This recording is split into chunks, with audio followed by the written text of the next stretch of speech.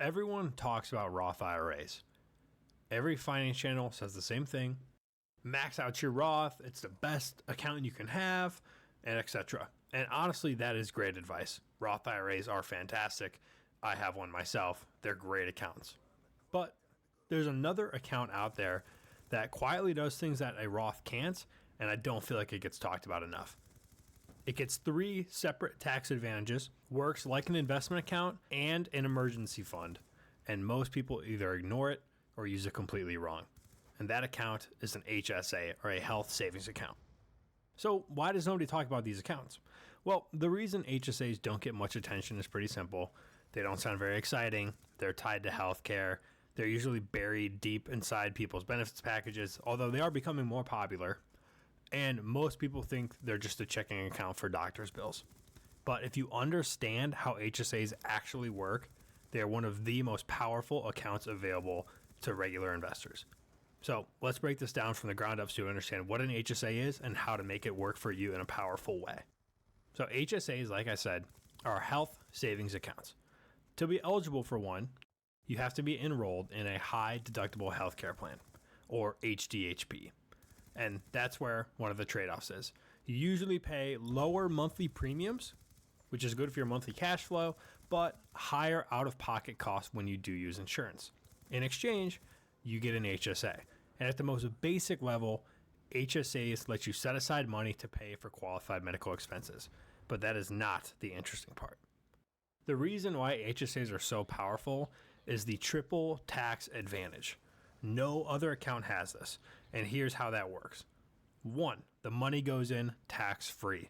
When you contribute to an HSA through payroll, that money avoids federal income tax, it often avoids state income tax, and avoids FICA taxes. And that part matters. Even Roth IRAs don't avoid taxes going in. That is after-tax money. So right away, you're keeping more of your own money at the start. The growth is also tax-free.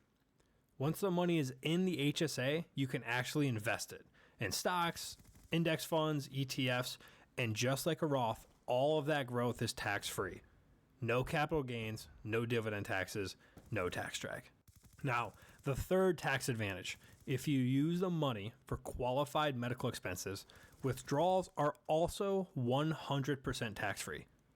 So, recapping, pre-tax, in, tax-free, growth, tax-free, out. That combination does not exist anywhere else. The rule that makes these so overpowered is the part that almost no one understands and no one uses them properly. If you pay for a medical expense out of pocket, you do not have to reimburse yourself right away.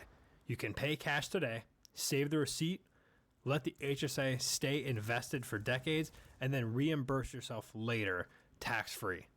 That turns medical expenses into future tax-free income. This is why some people treat HSAs as a stealth retirement account, and that's the way I view them. Listen, healthcare is a guaranteed expense. Another reason HSAs make long-term healthcare planning and investing simple is that healthcare isn't optional. Everyone will have medical expenses eventually. Doctor's visits, prescriptions, dental, vision, and long-term care. So instead of paying for those tax dollars later in life, an HSA lets you fund a guaranteed expense with tax-free money. This isn't a maybe, it's a certainty. You're going to have healthcare expenses. HSAs lets you get out in front of it early. HSAs do, however, they have contribution limits. They are lower than a 401k typically, but higher than most people expect.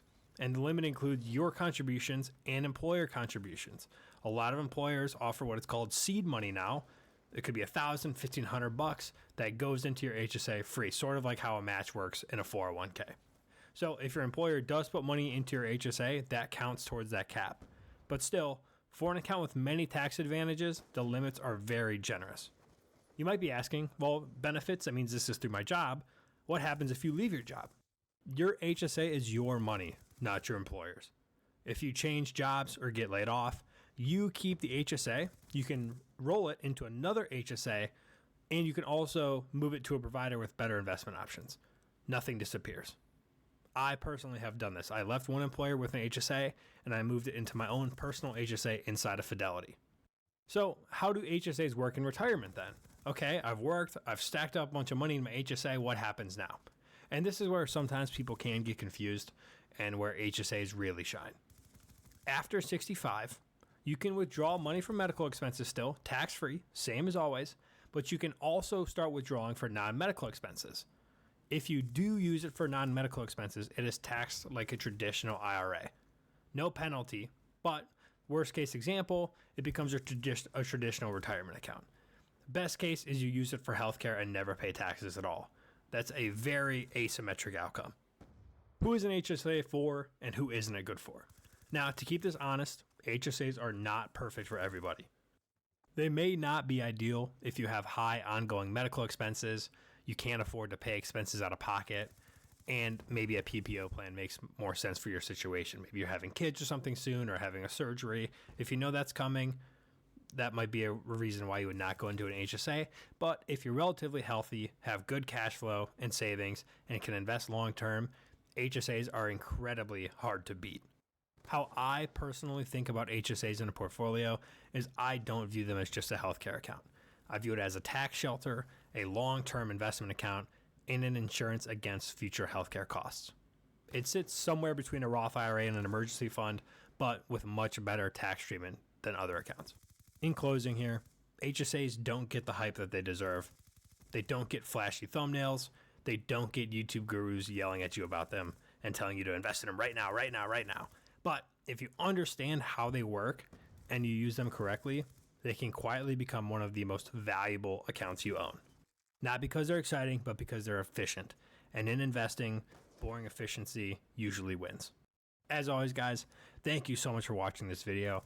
If you enjoyed it, please drop a like, subscribe, and hit the bell for more. Thanks for watching.